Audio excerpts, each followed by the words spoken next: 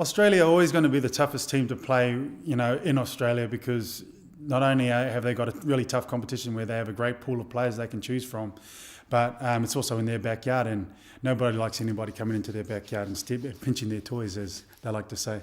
But I'm confident that New Zealand will do all right, because New Zealand, over the recent few years, New Zealand's always been there or thereabouts, gaining real success a couple of years ago in the Tri-Nations. It's going to be a real interesting aspect from a British point of view as well, because all the home nation sides are going down. And I think it's fantastic for the growth of the sport. I think England's going to be a very strong team, very strong. If you look at the majority of the players are going to be made out of the Great Britain team from last year, and they had a huge amount of success over the New Zealand team.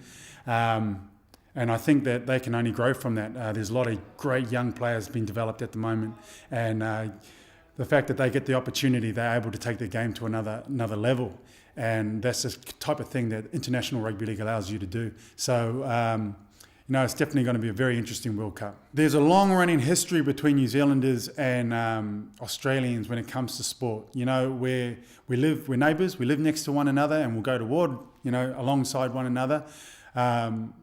But when it comes to sport, it's two different things. It's very similar to the British and the Australians in sport. New Zealanders feel exactly the same way about it. There's nothing better than beating Australia, and there's nothing better than beating Australia in Australia. But with them being the world champions and them being so successful and having such a strong competition, it's going to be a tough task.